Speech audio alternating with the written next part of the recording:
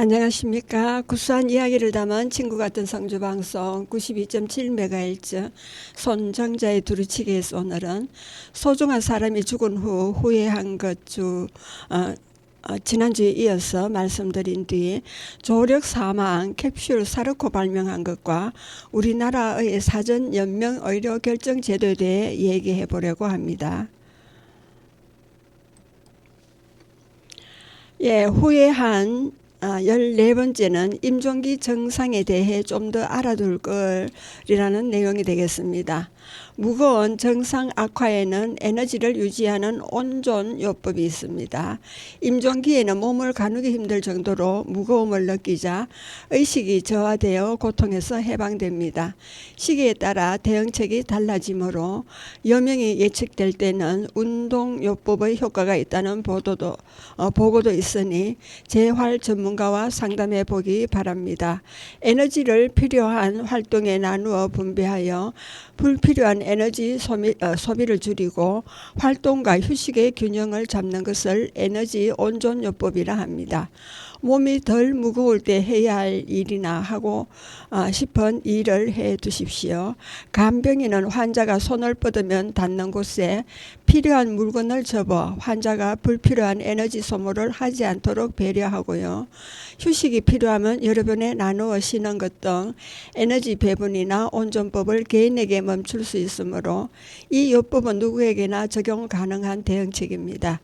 그리고 구강 관리의 중요성입니다. 임종기가 되면 많은 환자가 음식을 삼키지 못하는 연하 기능 저하 현상이 일어난다고 합니다. 그러나 문제는 본인이 먹고 싶어 할 때 소원을 들어줘야 하나 해서 음식이 기관지 쪽으로 삼킨 오연 가능성이 높아 들어주면 안 된다라는 생각의 대립이 있습니다. 오연해서 괴로울 가능성이 있을 때는 먹지 않기를 우선할지 환자 본인에게 직접 물어 정하는 것이 좋다고 생각하는데, 이때 의사나 간호사, 간병인 등 특정 방향으로 유도하지 않아야 합니다. 판단하기 힘들다면 일단 본인의 희망사항에 응하는 것이 마지막 시기 임종기 치료의 기본 자세라 합니다. 조금이라도 삼킬 수 있으면 침대 등받이를 세우고 음료는 빨아들여 천천히 마시게 하고 음식은 잘게 잘라 환자가 먹기 쉽게 만들어줍니다. 삼킬 수 없을 때는 스펀지에 액체나 식사를 적셔서 혀 위에 올려 맛을 즐기거나 액체를 아주 조금씩 머금을 수 있습니다. 최근에 친하게 지내던 친구가 늦게야 암 말기임을 알고 응급실을 거쳐 의원실에 입원해 있었습니다. 병문안을 갔을 때 꿈에 새싹삼이 보이더라며 어디서 파는지 알아봐 달라고 부탁했습니다. 마침 지하철의 종점에 있는 로컬 푸드에 있어서 사가지고 남편이 병문안 갈 때 가져다 주라고 했더니 친구들의 말에 암 환자에게 인삼은 독약이라며 절대 가져다 줄 수 없다며 화를 냈습니다. 남편이 환자 본인에게 물었더니 자기가 부탁한 것이니 가져다 달라고 해서 마지못해 2뿌리만 가져다 주었다고 합니다. 호스피스 병동으로 옮긴 뒤 다시 방문 갔을 때 새싹삼 먹었느냐며 물으니까 냉장고에 있다며 정작 환자는 새싹삼을 냉장고에 두고 먹지 않았습니다. 입에 넣어 냄새라도 맡으라고 했지만 고개를 저었습니다. 먹지는 못했지만 자신이 먹고 싶다고 생각한 것을 눈으로라도 확인한 것으로 만족했나 봐요. 임종기 환자 입속은 체력이 저하되어 스스로 구강 청기를 유지하기 힘들어 지저분하거나 혀 위에 침착물인 설태가 끼게 됩니다. 구강 내에 이물질이 생기면 오연 가능성이 높으므로 마지막까지 구강을 관리해야 합니다. 입속이 상쾌하면 기분도 좋아집니다. 스펀지 브러쉬를 사용해서 혀, 입천장, 볼, 점막을 청소하는 것이 제일 좋으므로 돌보는 사람이 이를 닦아줄 수 있다면 병행해 주어야 합니다. 그리고 배변, 배뇨 기능 저하로 변에도 구애가 됩니다. 배변 기능이나 삼켜서 넘기는 연하 기능은 여러 신경과 근육이 관련되어 있어 전신 쇠약은 배변 기능 저하를 불러옵니다. 여명이 수일 단위가 되면 항문이 이완되어 변실금이 자주 생깁니다. 고령 환자에게는 체력 소모를 줄이기 위해 편히 앉아서 용변을 볼 수 있도록 이동식 변기를 곁에 두고 원할 때 바로 배변할 수 있도록 하는 방법이 있습니다. 몸을 가누기 힘든 증상이 생기거나 의식이 저하되면 종이 기저귀를 사용하되 피부에 염증이 생기므로 주의해야 합니다. 마지막에 화장실에 갈 수 있는 환자는 거의 없습니다. 그러므로 가장 효과적인 대책을 환자 본인과 상담하여 정해둘 필요가 있습니다.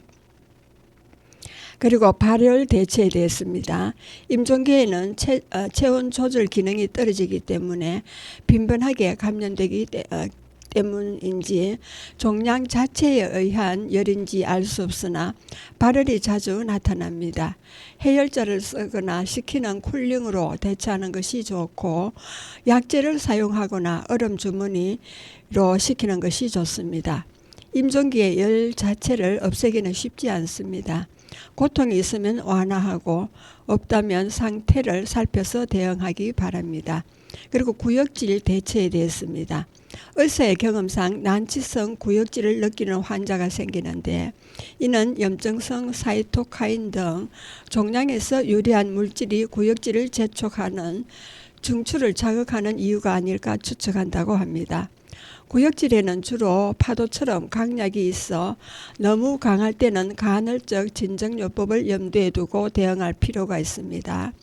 여명 며칠 전에 발생하는 구역질은 냄새를 피하게 하거나 찬 식사를 제공하는 것이 효과적이라고 하네요. 그리고 손떨림은 경련이 아닙니다. 여명이 하루 정도 되면 손떨림 증상이 나타나는데 뇌의 질병 때문에 발생하는 경련과 다른 증상으로 손끝과 발끝에만 나타나는 것이 특징입니다. 근력이 쇠약해진 것이 원인으로 손떨림은 완벽히 낫기 어려운 증상입니다. 손떨림으로 물건을 들기 힘들거나 글자를 적을 수 없으면 환자 본인이 의기소침해집니다. 이는 의료용 마약과 진정제 부작용이 아닌 임종기에 보이는 자연적인 증상 중 하나라고 합니다. 그리고 전체적으로 하루하루 차이가 크게 다릅니다. 임종에 가까울수록 어떤 날은 손님과 즐겁게 지내지만 다음 날은 축 늘어져 자는 환자가 다반사로 변화가 크게 나타납니다. 환자 본인도 그날의 변화에 일희일비하게 되며 가족도 마찬가지입니다. 의사나 간호사는 변화가 현저해질수록 여명이 임박했다고 보고 미리 대응책을 강구해 두어야 합니다. 요약해 보면은 임종기에는 다양한 증상이 눈에 띄지만 해결책이 없을 때가 많습니다. 그러나 이것이 임종기에는 사실을 빠르게 판단하고 본인이나 주변 사람이 앞서 대응하는 것이 중요하다는 내용이 되겠습니다. 그리고 후에한 15번째는 3개월 전에 작별 준비를 했더라면입니다. 왕진의나 방문 간호사를 준비하는 문제에 대해서입니다. 어떤 의료기관에 가야 할까? 선택지가 많은 질병은 암입니다. 일반 병원이나 대학병원, 호스피스, 재택의료시설에 근무 경험이 있는 의사는 먼저 간호 인력이 충분하다면 집에서 재택의사와 방문 간호사를 도입하여 생활하는 것이고 또 간호 인력이 없다면 호스피스 완화치료병동에서 지내는 것이 좋다고 생각한다고 말합니다. 그리고 언제부터 요양장소를 찾아야 할까입니다. 여명 한두 달 이내에는 일반적으로 하고 싶은 일은 어떻게든 할 수 있는 시기입니다. 일반적으로 여명 2-3개월 전에는 마지막 시기를 지켜볼 의사나 의료기관을 선택하여 요양장소로 옮기는 것이 좋습니다. 미국에 2년 파견 근무를 마치고 LA에서 얼마 머물 동안 한국 여행사에 신청하여 여행을 갔었습니다. 한국 남자 가이드가 안내 도중 자신이 안내하면서 겪었던 이야기 하나를 들려줬습니다. 한국에서 자녀들 초빙으로 와서 여행하는 어르신들과 젊은 아가씨가 혼자 여행을 왔더랍니다. 그런데 그 아가씨가 가는 곳마다 울더래요. 그래서 즐거워해야 할 여행이 한 사람의 이유를 모르는 슬픈 모습에 일행 모두가 우울했답니다. 그래서 가이드가 아가씨에게 물었대요. 왜 그렇게 울면서 다니느냐고. 아가씨는 자신이 암 말기인데 수술 대신 미국 여행을 다녀오겠다며 혼자 왔는데 처음 보는 미국이 너무 아름다워 눈물이 나고 이것이 마지막이구나 해서 또 눈물이 난다고 하더랍니다. 아가씨 이야기를 전해 들은 일행은 아가씨를 이해하면서 마지막까지 여행을 마쳤다고 합니다. 아가씨에게는 마지막으로 보고 싶은 버킷리스트 1순위였겠죠. 지금은 하늘나라에서 편히 지내리라 봅니다. 그리고 여명 2, 3주 이내입니다. 일반적으로 최저한으로 움직인다면 아직 못다한 일을 할 수 있는 한계선입니다. 외출과 외박이 가능한 정도고 자택 이동과 병원 교체, 일시 퇴원이 불가능하지 않으나 아슬아슬한 시기입니다. 그리고 여명 여러 날 이내입니다. 급변하기 쉬우므로 사망 순간을 곁에서 지키고 싶은 가족은 되도록 옆에 머무는 것이 좋다고 합니다. 요약해보면 웰다잉을 위해 정상 환자 완화 치료나 치료하는 의료인이 필요합니다.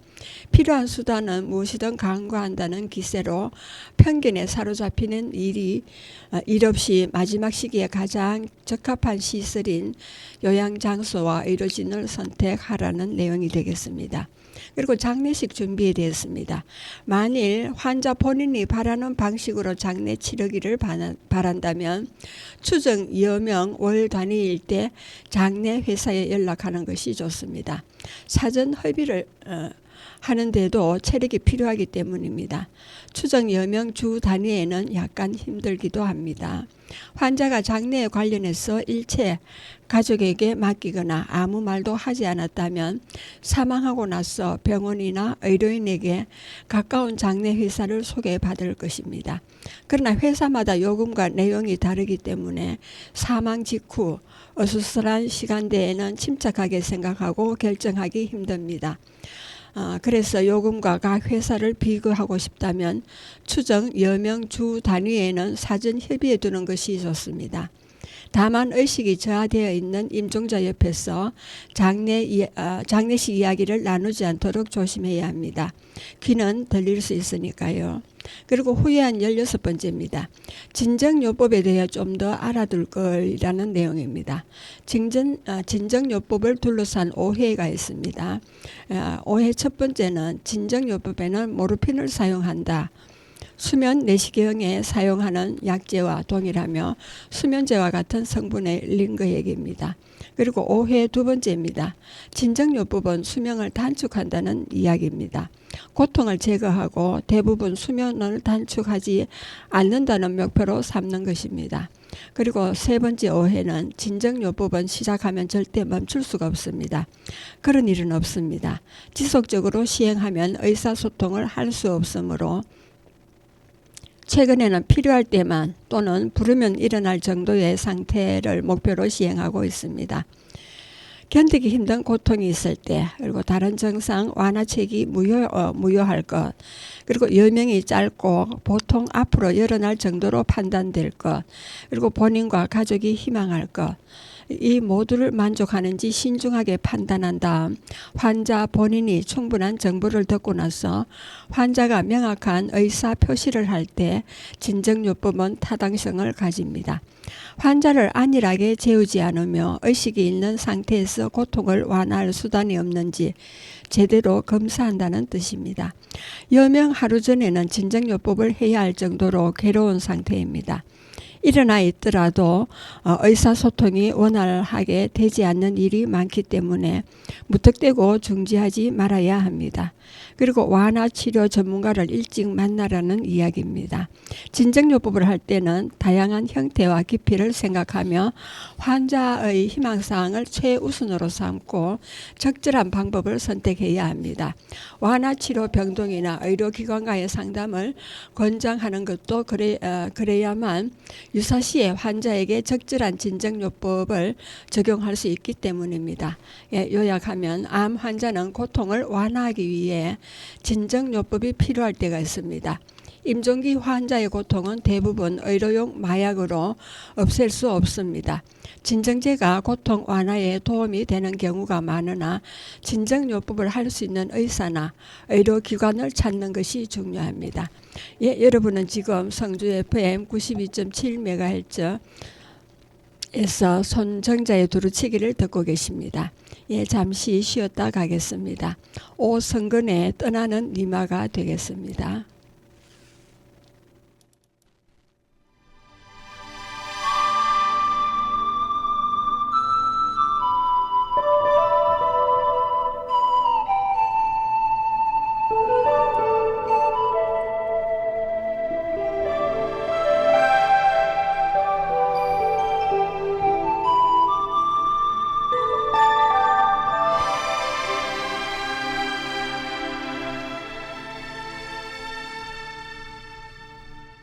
가려거들 울지 말아요.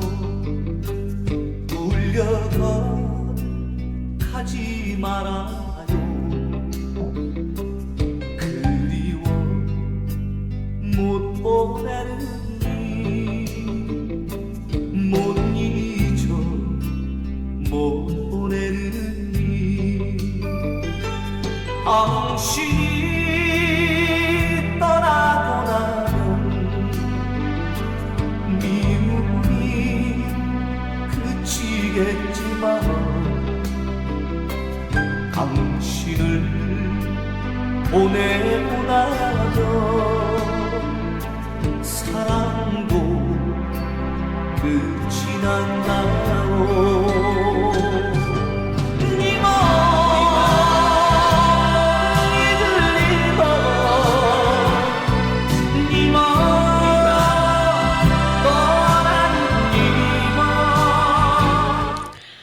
예, 계속하겠습니다. 더 잘할 걸 그랬습니다. 라는 내용입니다.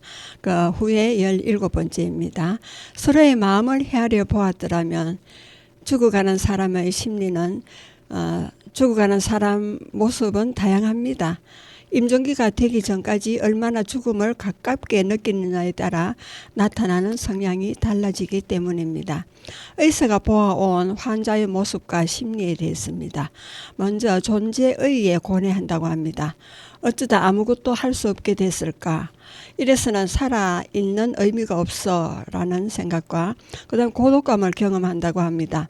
누구도 이 기분을 이해하지 못해 아무도 몰라요 등 그리고 기분이 동요한다고 합니다. 각오했지만 너무 빠르잖아. 아직 죽고 싶지 않아 라는 생각이고요. 그 다음에 삶에 집착합니다. 좀 더 살고 싶은데 왜 내게 라는 생각과 폐를 끼치기 싫다는 생각입니다. 아무것도 할 수 없으니까 걸리적거릴 거야. 짐이 되느니 이럴 거라면 죽고 싶어 라는 생각과 감사하는 마음을 갖기도 합니다. 지금까지 고마웠어. 이렇게 빠를지 몰랐지만 정말 고마워. 이 같은 심리 상태인 심각함 정도는 사람마다 다릅니다.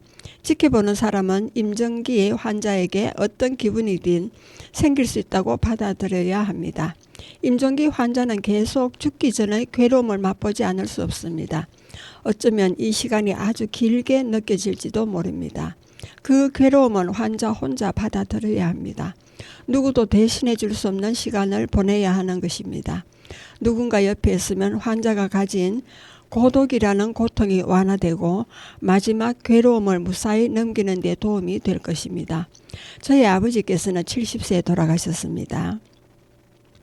회갑되던 해에 생업을 그만두고 열심히 봉사활동을 하고 계실 때였습니다. 친구들은 아직 왕성하게 활동하고 있는데 왜 나만 이라는 생각으로 처음에는 받아들이기 힘들으셨겠지만 70이면 살 만큼 살았다는 생각을 하시면서 죽음을 받아들이며 편안해지는 것을 지켜보았습니다. 그게 보호자의 심리입니다. 환자의 가족과는 백인백색입니다. 보호자의 심리도 다양하고 복잡하게 변합니다. 보호자에게도 어떤 기분이든 생길 수 있으니 받아들여야 합니다. 평소 연명치료에 어리석음을 많아던 간호관리직 여성이 외동딸로서 어머니가 치매로 마지막 시기를 맞이했습니다. 그녀는 고뇌한 끝에 끝까지 의료인으로서 주장하던 말과 정반대로 극진한 영명 치료를 희망했습니다. 그녀의 행동을 비웃는 사람, 의문을 표시하는 사람, 앞뒤가 다른 행동에 환멸을 느끼는 사람 등 주변 사람의 반응은 다양했습니다. 그러나 자신이 환자의 가족이 되었을 때와 전문가로서 환자를 대할 때의 마음은 다를 수 있습니다.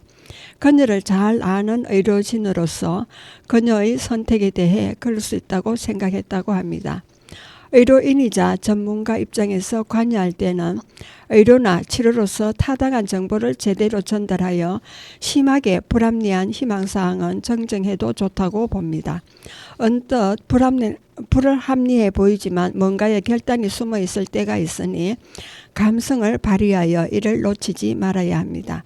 참고로 보호자가 주로 토로하는 기분을 열거해 보면 진실을 숨기는 데 배려인 것 같다는 것과 미래가 잘 보이지 않는다. 그리고 최선을 다하고 싶다는 것과 가끔 죄의식이 든다. 또 모든 책임을 지는 것이 괴롭다. 특히 임종기가 되면 최선을 다해 돌보고 싶지만 해줄 수 없다고 느끼는 사람이 많다고 합니다. 전문적으로 환자를 대하는 의사와 간호사는 무기력감을 느끼는 가족에게 그래도 옆에 있어주는 것만으로도 환자에게 큰 도움이 된다고 전하며 함께 할 수 있는 치료를 찾아내는 것이 중요하겠습니다. 가족과 의료인이 함께 구강 관리를 하거나 보습제를 발라주고 마사지를 하는 등 할 수 있는 일이 어떤 것인지 전하여 마지막까지 각자 방식대로 환자를 돌보도록 배려하도록 하면 좋겠습니다. 죽음은 가는 사람에게도 지켜보는 사람에게도 힘든 경험입니다. 다양한 기분이 들겠지만 서로 자신의 기분을 받아들이고 경청하며 가능한 한 함께 있을 수 있도록 노력하는 것이 최선이 되겠습니다. 요약해보면 사망자에게도 지켜보는 사람에게도 다양한 기분이 드는 것은 당연한 일입니다. 갈피를 잡지 못하는 한탄을 하더라도 마음이 헷갈리는 것도 당연하다고 생각하며 있는 그대로 받아들이는 것이 중요합니다. 받아들여주는 것만으로 사람은 편해집니다. 충고는 그 다음에 해야 합니다. 그리고 후에 한 18번째입니다. 마지막 날 그 사람 곁에 있을 것이라는 내용입니다. 환자에게 말할 때 몸을 가누기 힘든 증상이 나타날 때는 괴로우시지요 등으로 말을 걸며 진정요법 등 고통을 완화하는 수단을 빨리 강구해야 합니다. 괴로워하는 사람 옆에 있는 것은 돌보는 사람에게도 힘든 일입니다. 그때는 환자와 함께 있는 자신의 마음을 나도 꽤 괴로운 상태구나를 솔직하게 받아들여야 합니다. 가족은 환자에게 고마워, 당신과 함께해서 행복했어, 나중에 만나, 다음 세상에서도 함께 하자 등 마음에서 우러나오는 말을 건네면 됩니다. 진심은 전해질 거예요. 의료진은 한 발 물러나서 가족이 앞에 나올 수 있도록 배려해야 합니다.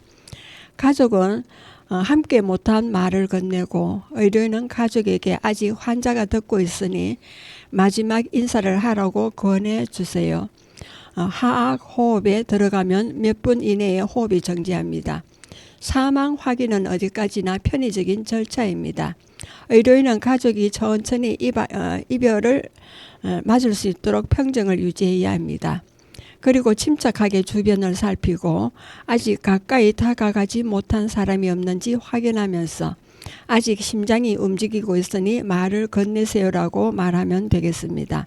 그리고 적절한 시간을 가진 다음 사망 확인과 사망 진단을 합니다. 의사가 입회하여 사망 시간의 확인과 사망 진단 및 선고를 동시에 하는 경우에 의사가 도착하기를 기다린 다음 사망 진단을 하게 됩니다. 그리고 호흡 정지 시간 확인과 사망 진단 선고를 달리하는 경우입니다. 밤에 사망한 때에는 다음날 아침에 사망 확인을 하기도 합니다.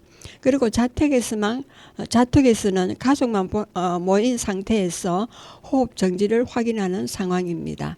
옛날에는 병원에 입원해 있다가도 임종이 가까우면 평생을 살았던 집으로 모시고 와서 임종하게 했습니다. 집 밖에서의 임종은 객사로 여겼기 때문이지요. 그러나 요즘은 집에 있다가도 임종이 가까우면 병원으로 모시고 가서 임종하게 하고 즉시 병원 내의 장례식장으로 모시게 됩니다. 저희 아버지는 암으로 투병하시다가 집에서 밤 11시 45분에 임종하셨습니다. 아버지 조금만 힘내셔서 자정이 넘으면 가시라고 기도했지만 자정을 넘기지 못했습니다. 5남매 중 4남매는 아버지의 임종 곁을 지켰는데 장남은 연수원에 있어서 마지막을 보지 못했습니다. 아버지는 살아계실 때 제게 너 죽은 사람 옷 입혀봤니? 하고 물은 적이 있었습니다. 임종자를 많이 보고 수의 입히는 것을 많이 봐왔지만 직접 수의는 입히지는 않았습니다. 그래서 아버지의 물음에 제가 아버지 옷 입혀드리기를 원하세요? 하고 물었더니 씩 웃으시며 넘기셨는데 자정 직전이라 아버지의 말씀처럼 몸을 닦이고 어머니께서 미리 준비해둔 수의를 입힌 다음 소염을 해드렸습니다. 정리하면은 귀는 마지막까지 들린다고 합니다. 임종자에게 마지막 인사를 하는 시기입니다. 가능한 한 간호했던 모든 사람이 나름의 방식으로 곁에 머물 수 있도록 배려하고 임종자를 포함한 모두의 노력을 인정하며 괴로운 마음을 이해한다는 말을 건네라는 내용입니다. 그리고 후회한 19번째는 마지막 시간을 보낼 장소에 좀 더 신경을 쓸 거리라는 이야기입니다. 분위기가 바뀔 때 사망 확인을 하라는 것이지요.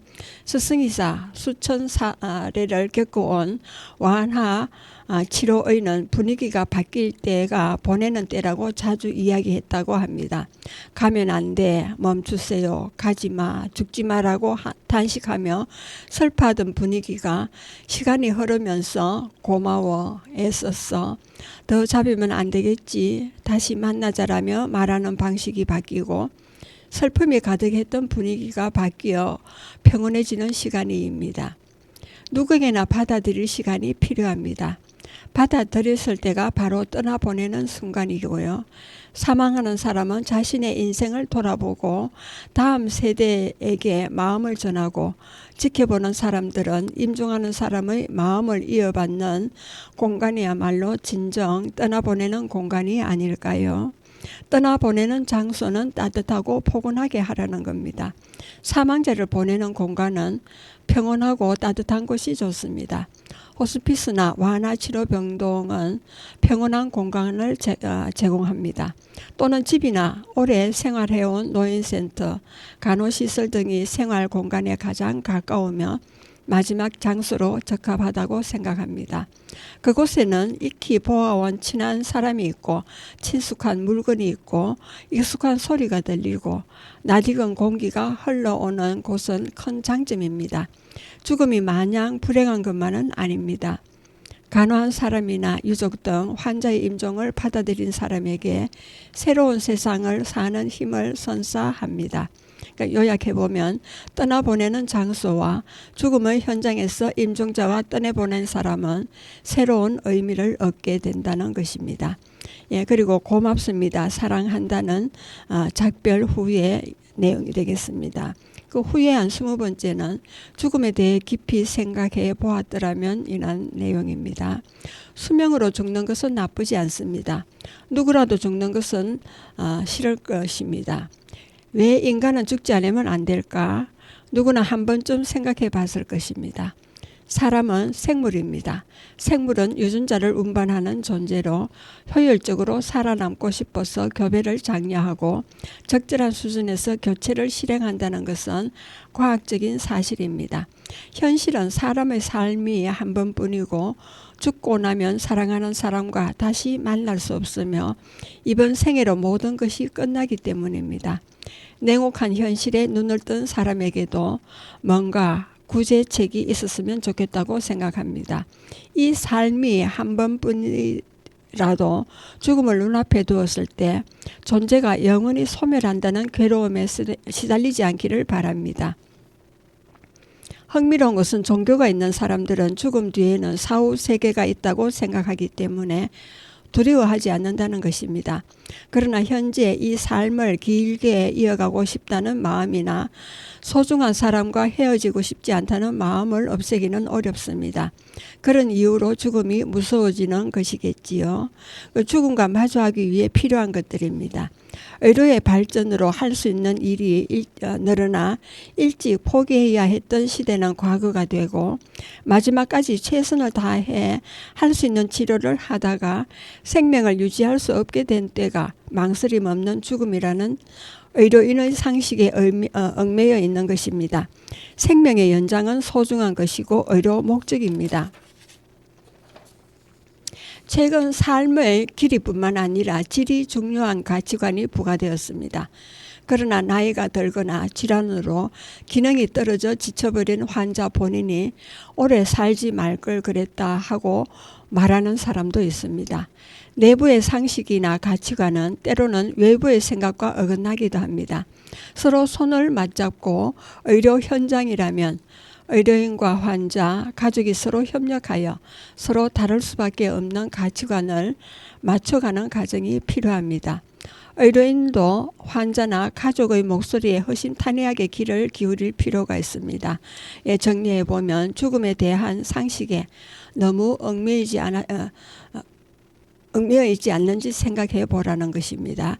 수명의 길이를 중시하는 가치관과 수명의 질을 중시하는 가치관 모두 존중해야 합니다.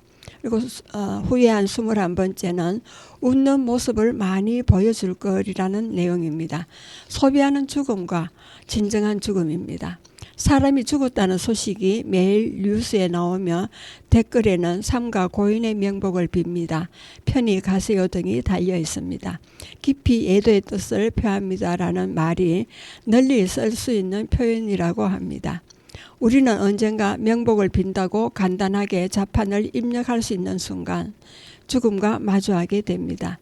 제3자가 아닌 당신의 소중한 사람의 죽음과 당신의 죽음입니다. 죽음 하나하나는 상당한 무게를 지니고 마음을 울립니다. 그런 경험은 다른 사람과 나누기란 쉽지 않습니다. 소중한 사람을 보낸다는 것은 뛰어난 배우는 자신이 경험한 적 없는 나와 가족의 죽음을 경험한 사람과 비슷하거나 그 이상의 설득력을 가지고 연기할 수 있습니다. 자신이 경험했든 안 했든 상관없이 타인의 마음을 울리는 작품을 만들 수 있는 사람이 진정한 표현가라고 배우는 진정한 표현의 대가입니다. 2024년 10월 25일 여러 예능과 영화 등에서 유쾌한 면모로 사랑받았던 여배우 김수미 씨가 고혈당 쇼크사로 갑자기 우리 곁을 떠나 가족 및 함께 작업했던 지인들은 숨을 죽이며 눈물을 흘려야 했습니다. 그리고 또 12월 29일 무안 공항에서 발생한 제주항공 여객기 사고로 아까운 생명 179명의 희생이 되었습니다. 각자의 구구절절한 사연을 듣는 우리의 가슴도 미어지는데 유가족의 상실감은 어떻겠습니까? 삼가 애도의 뜻을 표합니다라는 말로는 위로가 되지 않을 것입니다.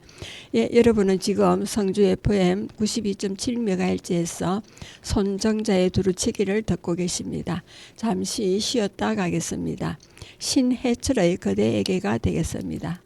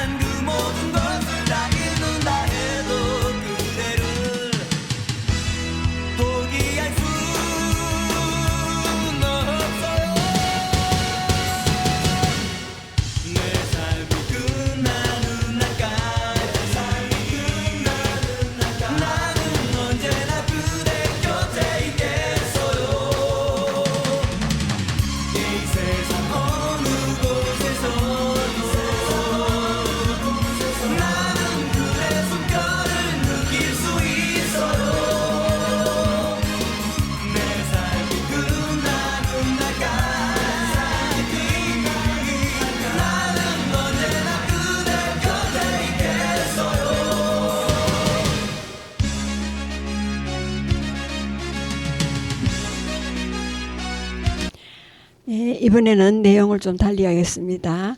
조력 사망 캡슐에 대한 이야기입니다.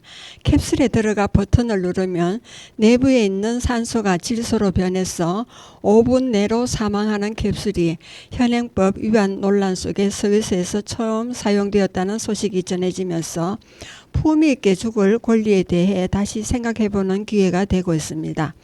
조력 사망 캡슐 사르코는 오스트레일리아 출신 의사인 필립 니츠케 박사가 네덜란드에서 만든 것으로 2019년 처음 스위스에서 공개됐습니다. 사르코는 내부의 산소를 질소로 대체해 저산소증으로 인한 사망을 유발합니다. 조력 사망은 치료 가능성이 없는 환자가 직접 약물을 투여하는 방법으로 스스로 죽음을 맛보는 것을 의미합니다. 환자 스스로 약물을 사용한다는 점에서 안락사와 구분됩니다. 사르코 캡슐 제조사 직원은 우리는 캡슐을 누구가 어디서 언제 이용하는지 밝히지 않는데 그들의 죽음이 미디어 서커스가 되는 걸 원하지 않기 때문이라고 합니다. 캡슐에 들어가 버튼을 누르면 30초도 안 돼 공기 중 산소량이 뚝 떨어지고 질소 농도가 짙어지면서 죽음에 이르게 되는 것입니다. 조력 사망 캡슐 발명자는 캡슐 안에 남은 소량의 산소가 마지막 숨을 쉬면 방향 감각을 잃고 둔해지며 약간 행복감을 느끼기 시작하면서 의식을 잃게 된다고 합니다. 안락사는 의사가 환자에게 약물을 직접 주입해 죽음에 이르게 하는 것을 말하고, 조력 사망은 환자가 의사에게 처방받은 약물을 투여해 스스로 생을 마감하는 경우입니다. 스위스에서는 조력 자살을 허용하고 있고 연명치료 중단을 의미하는 존엄사는 물론 불치병 환자에게 약물을 투입해 사망에 이르게 하는 의사 조력 자살 안락사를 허용하고 있고 법적으로 아무런 장애물이 없다고 했습니다. 사르코 작동 방법에 대해서입니다. 죽음을 원하는 이들은 먼저 의사에게 정신 능력 평가를 받아야 하는데 이는 주요한 법적 요건입니다. 보라색 캡슐에 들어가 뚜껑을 닫으면 자신이 누구인지, 어디에 있는지, 버튼을 누르면 어떻게 되는지 알고 있는지에 대한 질문을 받게 됩니다. 이후 죽고 싶으면 이 버튼을 누르세요라는 음성이 재생되어 버튼을 누르면 30초 이내에 공기 중 산소량이 21%에서 0.05%로 급감합니다. 발명가 필립 니츠케 박사는 이렇게 낮은 수준의 산소를 2번 호흡하면 의식을 잃기 전에 방향 감각을 잃고 조정력이 떨어지며 약간 행복감을 느끼기 시작한다고 말했습니다. 이어서 의식이 없는 상태가 5분 정도 유지되다가 사망에 이르게 된다고 했습니다. 마지막 순간에 마음을 바꿀 수는 없는데 일단 버튼을 누르면 돌릴 방법이 없다고 했습니다. 현재 사르코는 키가 173m 이하인 사람만 사용할 수 있습니다. 개발팀은 부부가 함께 생을 마감할 수 있도록 이중 사르코를 제작하는 방안을 모색하고 있다고 합니다. 사르코가 사용되는 것은 절대 허용하지 않을 것이라고 말했습니다. 여기에 사용료는 질소 비용과 스위스 돈 프랑 18프랑으로 우리나라 돈으로 28,000원을 지불하면 죽음에 이를 수 있는 기계입니다. 당시에는 사르코를 언제 어디서 누가 처음 사용할지는 결정되지 않았다고 했습니다. 스위스 안락사 관련 인권단체 라스트 리조트는 지난 17일 취리히에서 열린 기자회견에서 이용하기 위해 줄 서 있는 사람들이 있어 곧 사용될 가능성이 높다고 했습니다. 캡슐을 산소 없이 공기를 마시고 영원한 잠에 빠지는 것보다 더 아름다운 방법은 상상할 수 없다고 밝혔다고 AFP 통신이 보도했습니다. 이 통신은 캡슐의 잠재적 이용 가능성으로 인해 스위스에서는 법적, 윤리적 문제가 제기됐고 조력 사망에 대한 논쟁이 다시 불붙었다고 했습니다. 스위스는 안락사의 일종으로 분류하는 조력 사망을 1942년부터 허용해 왔습니다. 다만 이번 캡슐 사용에 대해서는 스위스 발레주 의사는 사용을 금지하겠다고 밝혔고 다른 주에서도 입장을 유보하고 있습니다. 사르코 캡슐을 2024년 9월 24일 처음으로 작동시켜 미국인 여성이 스스로 목숨을 끊는 일이 발생했습니다. 미국 CNN 방송도 9월 24일 사르코 캡슐로 처음 목숨을 끊은 여성은 64세로 면역 체계에 심각한 증상을 겪고 있었다고 보도했습니다. 그리고 우리 가톨릭 신문에서는 그렇다고 가톨릭 신문에 나온 기사가 있었습니다. 그리고 스위스 북부 샤우프 하우센주 경찰은 2024년 9월 24일 사르코 캡슐을 이용해 자살을 조장하거나 방조한 사람을 체포했다고 발표했습니다. 그리고 스위스 주교의 의장 펠리스 금일은 25일 사르코 캡슐은 자살을 너무 쉽게 하도록 허용한다며 다른 조력 자살과 달리 사르코 캡슐은 의학적인 조치가 필요하지 않기 때문에 위험하다고 말했습니다. 불치병으로 고생하는 분들은 가족, 사목자와 소통하고 완화 의료와 인간적인 치유를 받을 수 있는 곳을 알아보는 것이 중요하다고 밝혔습니다. 스위스에서는 다른 사람의 도움을 받아 스스로 목숨을 끊는 조력 자살을 일정한 요건하에서 처벌하지 않고 있으며 조력 자살을 시행할 수 있는 의료기관도 지정되어 있습니다. 스위스 정부는 사르코 캡슐의 법적 허용은 고려하지 않고 있습니다. 한국은 어디까지 허용되고 있을까요? 연명의료결정 제도라는 게 있습니다. 임종 과정에 있는 환자의 여명의료와 연명의료 중단 결정을 통해 환자의 최선의 이익을 보장하고 자기 결정을 존중하여 인간으로서의 존엄과 가치를 보호하는 제도입니다. 호스피스 완화 의료 및 임종 과정에 있는 환자의 연명 의료 결정에 관한 법률 제1조의 1조를 참고하고 있습니다. 우리나라에서는 2009년 5월 대법원이 무의미한 연명치료 장치 제거 등을 인정하는 판결을 내리므로 사실상 소극적 안락사를 인정하고 있습니다. 그러나 우리나라를 포함한 많은 나라에서 적극적 안락사는 허용되고 있지 않습니다. 안락사를 허용하는 나라는 콜롬비아와 우루과이이고 그리고 조력 사망을 허용하는 나라는 적극적 안락사를 법제화한 나라는 미국 10개 주, 독일, 오스트리아, 이탈리아, 스위스, 네덜란드를 비롯해 벨기에, 룩셈부르크, 캐나다, 콜롬비아, 스페인, 뉴질랜드, 호주 일부의 지역이 있습니다. 그리고 안락사와 조력 사망을 함께 허용하는 나라는 캐나다와 벨기에이고 네덜란드, 룩셈부르크, 포르투갈, 스페인, 뉴질랜드, 호주 6개 주입니다. 영국은 2024년 11월 하원에서 통과되었다고 합니다. 스위스에서는 조력 사망이 합법이어서 최근 조력 자살을 지원하는 스위스 단체인 디그니타스를 통해 한국인 2명이 안락사를 통해 생을 마감했다고도 합니다. 호스피스 완화 의료 및 임종 과정에 있는 환자의 연명의료 결정에 관한 법률에 따른 사전 연명의료 의향서 작성도 작성자 수도 120만 명을 넘었었습니다. 이로써 우리나라에서도 존엄한 죽음에 대한 인식이 확산되고 있습니다. 일각에는 소극적 안락사 범주의 존엄사뿐만 아니라 조력 자살이나 적극적 안락사도 허용해야 한다는 의견도 있습니다. 2024년 11월 29일에는 잉글랜드와 웨일즈 주교단은 말기 환자가 스스로 목숨을 끊도록 하는 조력 자살을 합법화하는 법안이 영국 하원에 통과된 것에 대해 깊은 실망감을 표시했습니다. 이 법안은 6개월 미만의 생존 기간이 예상되는 말기 환자가 의료적 도움을 받아 스스로 생을 마감할 권리를 부여하는 내용을 담고 있습니다.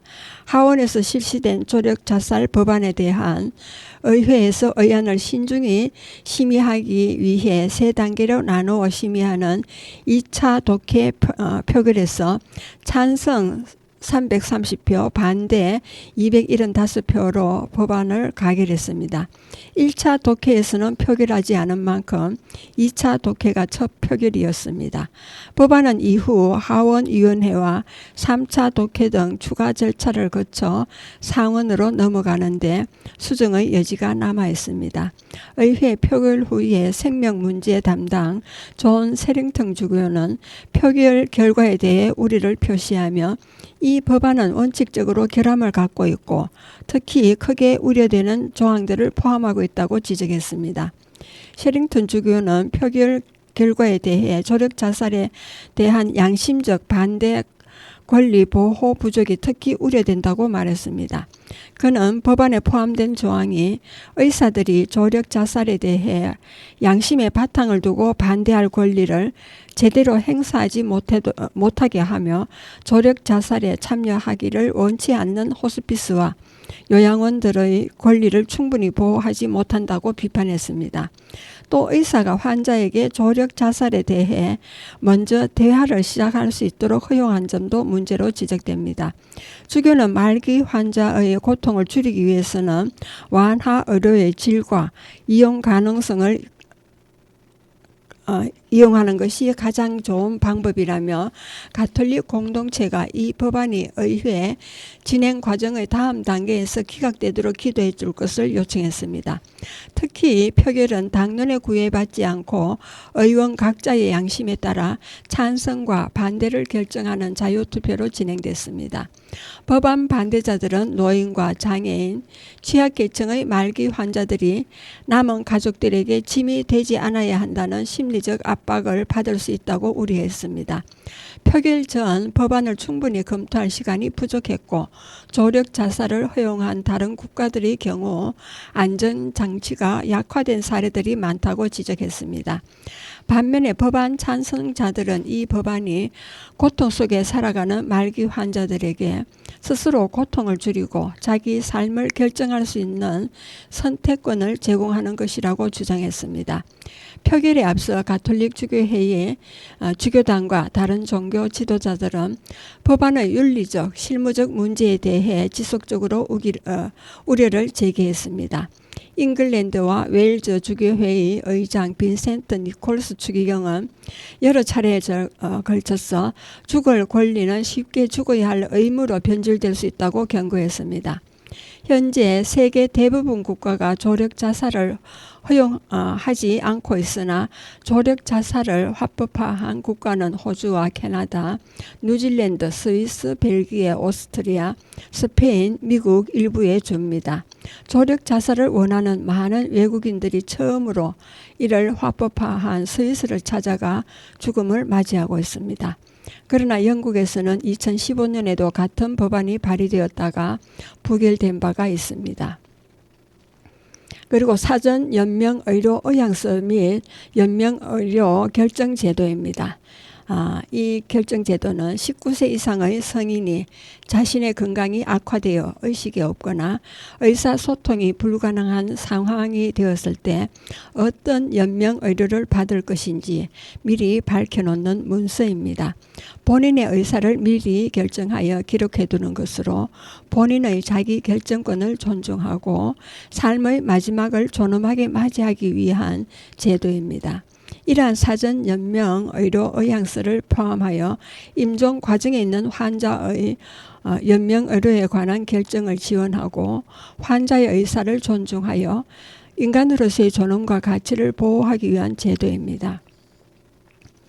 연명의료의 종류입니다. 인공호흡기, 심폐소생술, 혈액투석, 인공영양 공급과 같은 연명의료에 대한 시행과 중단 여부를 결정합니다.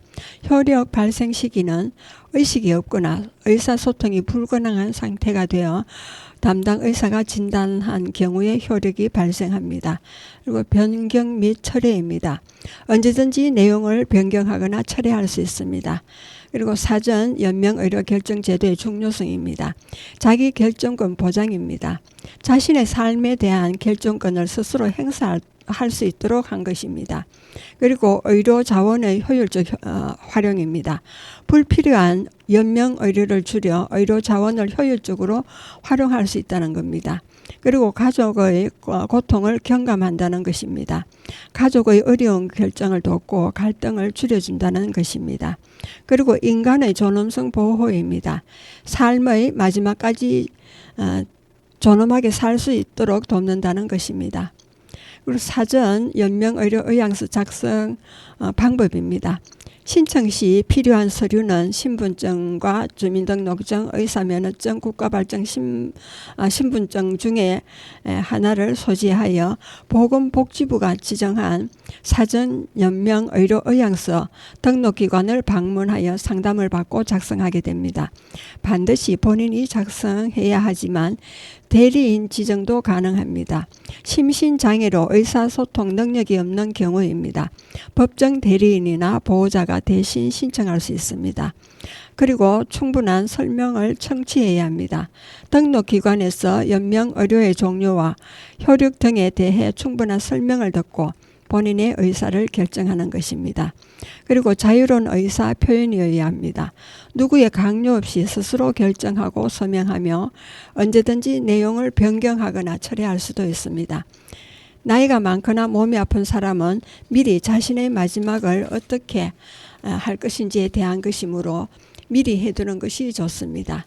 경로당을 통한 홍보활동으로 사전연명 의료 의향서 작성한 분이 많은데 저는 요즘 경로당을 가지 못해서 이 소식을 접하지 않아 아직 서명을 하지 못하고 있습니다. 서둘러서 하려고 하고 있습니다. 그리고 연명의료 결정제도입니다. 임종 과정에 있는 환자가 무의미한 연명의료를 시행하지 않거나 중단할 수 있는 절차를 마련하여 국민이 삶을 존엄하게 마무리할 수 있도록 돕는 제도입니다. 연명의료라는 것은 임종 과정에 있는 환자에게 의학적 시술로서 치료 효과 없이 기간만을 연장하는 것을 의미합니다. 그 심폐소생술과 혈액투석, 항암제 투여, 인공호흡기 착용, 체외 생명유지술, 수혈, 혈압상승제 투여, 그 밖의 연명의료를 담당 의사가 환자의 최선의 이익을 보장하기 위해 시행하지 않거나 중단할 필요가 있다고 의학적으로 판단하는 시술입니다. 연명의료 결정의 절차입니다. 연명의료 결정은 향후 본인이 환자가 되었을 때 의료기관 윤리위원회가 설치된 의료기관에서 임종 과정에 있는 환자라는 의사의 의학적 판단과 본인의 의사 확인을 통해 이루어지게 됩니다. 작성자는 언제든지 본인이 작성한 사전연명 의향서를 조회할 수 있습니다. 환자 가족의 열람을 허용할 경우에는 가족 사전연명 의향서를 조회할 수 있습니다. 환자 가족의 열람을 허용하지 않는 경우는 가족의 기록 열람 요청을 거부할 수 있습니다. 그리고 연명 의료를 시행하지 않더라도 통증 완화를 위한 의료 행위와 영양분 공급, 물 공급, 산소의 단순 공급은 지속됩니다.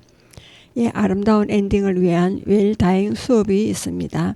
초고령 사회가 다가오면서 잘 살아감, 즉 웰잉을 넘어서 잘 나이듦, 에이징과 웰다잉의 의미가 부각되는 현실입니다. 생명을 가진 존재는 유한하다는 것을 알면서도 대부분 사람은 나와 주변 가족의 죽음과 상실, 이별을 떠올리는 일이 늘 두렵고 난감합니다. 그런 면에서 웰다잉은 죽음에 이르기까지의 과정에서 존엄을 잃지 않고 삶을 아름답게 마무리하자는 개념입니다. 개별 인간의 고유한 삶을 인정하고 회피하고 씻고 두렵기만 한 죽음은 다른 시선으로 이해하고 준비할 수 있도록 합니다. 또 사랑하는 이들을 잃은 뒤의 상실과 비탄, 애도 후 다시 살아감의 과정을 긍정하며 삶의 의미를 찾게 합니다. 애청자 여러분은 사전 연명 의료 의향서를 작성하셨습니까? 한 번쯤 생각해야 할 현실인 것 같습니다. 예, 여러분은 지금 까지 성주 FM 92.7MHz에서 손정자의 두루치기를 들으셨습니다. 마지막 음악을 듣겠습니다. 박구윤의 인생 면허증에 대한 내용이 되겠습니다.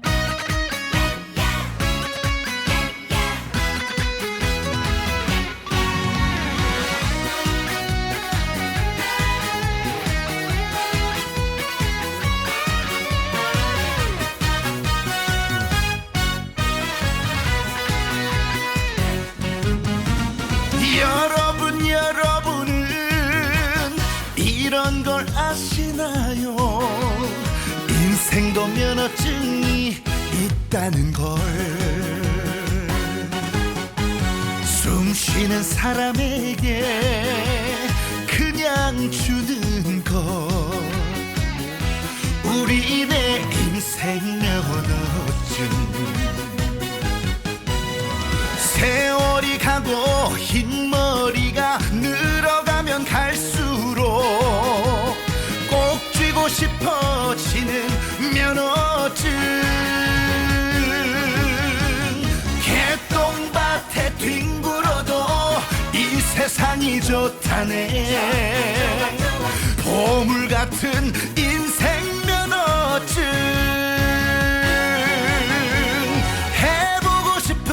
다 해보자. 매일매일 걷자 한 시간씩. 좋은 물도 많이 마시고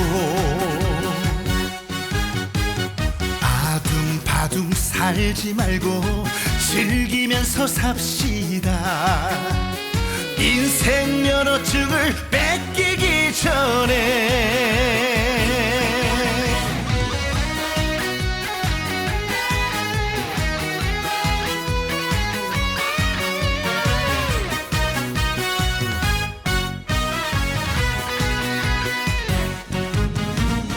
여러분은 이런 걸 몰랐지요? 인생도 면허증이 있다는 걸. 건강하게 살아야 공짜로 주는 것. 우리의 인생 면허증. 세월이 가고 흰머리가 늘어가면 갈수록 꼭 쥐고 싶어지는 면허증. 개똥밭에 뒹굴어도 이 세상이 좋다네. 보물 같은 인생 면허증.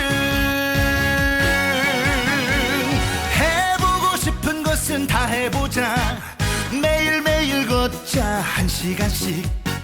좋은 물도 많이 마시고 아둥바둥 살지 말고 즐기면서 삽시다. 인생 면허증을 뺏기기 전에. 인생 면허증